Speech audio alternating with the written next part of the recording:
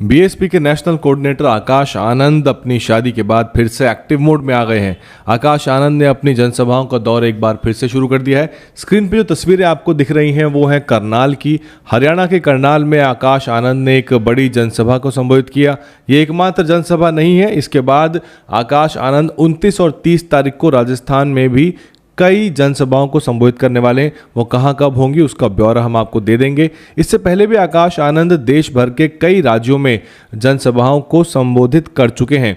इसके अलावा वो कई बार पैदल यात्रा भी निकाल चुके हैं। मान्यवर कांशीराम के जन्म दिवस 15 मार्च के अवसर पर दिल्ली में उन्होंने करोल बाग से लेके गुरुद्वारा रकाबगंज रोड तक भी एक पैदल यात्रा निकाली थी। इसके अलावा अलवर में भी आकाश आनंद पैदल यात्रा निकाल चुके हैं। हरियाणा बीएसपी के आंकड़ों के हिसाब से एक अच्छा प्रदेश कहा जा सकता है। बीएसपी ने यहाँ पर कई बार विधायक जिताए हैं। अच्छा खासा प्रतिशत बसपा ने यहाँ पर हासिल किया है और बीएसपी उस प्रदर्शन को 2024 में दोहराना चाहेगी।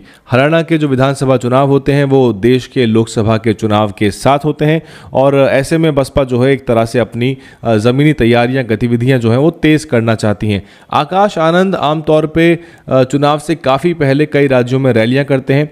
इस रैली को भी उसी परिप्रेक्ष्य में देखा जा सकता है। इस रैली में आकाश आनंद ने अपने संबोधन में सरकार पे हमले बोले, बहन मायावती के 4 बार के कार्यकाल की जो उपलब्धियां हैं उनको गिनाया, साथ ही साथ बाबा साहब मान्यवर कांशीराम के महत्वपूर्ण योगदान को भी रेखांकित किया। तस्वीरों में आप देख सकते हैं किस तरह से वो एक फ्री अंदाज में प्रोटोकॉल के बिना लोगों के साथ सेल्फी लेते नजर आए। कार्यक्रम के बाद उनके मंच पे काफ़ी भीड़ हो गई, जो कि आपको अमूमन बसपा की रैलियों में देखने को नहीं मिलेगा। और तस्वीरें जो स्क्रीन पर आपको दिखा रही हैं वो ये कि एक छोटा सा रोड शो भी वहाँ पर अपने आप ही हो गया, क्योंकि जिस तरह से वो वहाँ निकल रहे थे और लोग उनको तस्वीरें भेंट कर रहे थे बाबा साहब की और बसपा के फ्रेम्स भेंट कर रहे थे, लेकिन वो सनरूफ से जैसे ही बाहर आते हैं तो उनको मीडिया के साथ साथ उनके जो समर्थक हैं वो पूरी तरह से घेर लेते हैं और एक मंच से निकल के एक लंबा एक रोड शो के रूप में अख्तियार ये कर लेता है।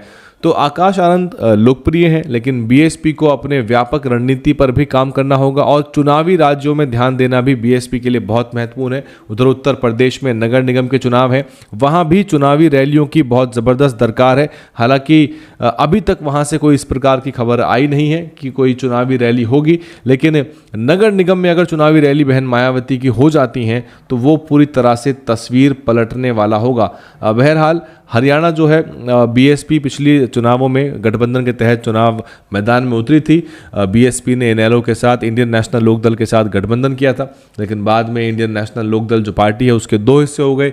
जननायक जनता पार्टी एक हिस्सा बन गया। दुष्यंत चौटाला जो है वो अपने कुछ विधायक जिता के बीजेपी के साथ शामिल होकर सरकार बना ले गए और इसीलिए बाद में वो गठबंधन टूट गया। हालांकि राजकुमार सैनी की जो पार्टी है लोकतंत्र सुरक्षा पार्टी, उसके साथ बसपा गठबंधन जो था वो चलता रहा और बीएसपी ने उस गठबंधन के तहत जो है उनको लोकसभा चुनाव में प्रत्याशी भी उतारा।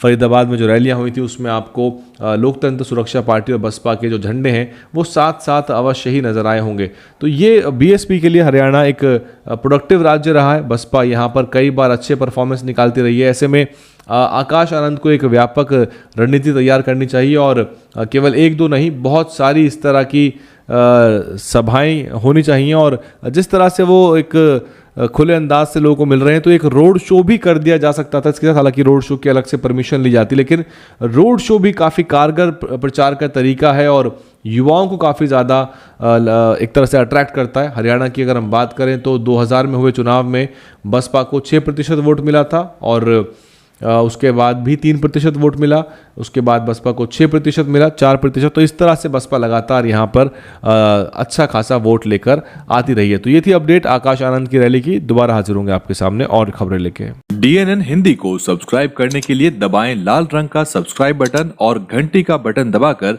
ऑल नोटिफिकेशन पर क्लिक करें। चैनल को जिंदा रखने के लिए नीले रंग का ज्वाइन बटन दबाकर चैनल को आर्थिक सहयोग करें।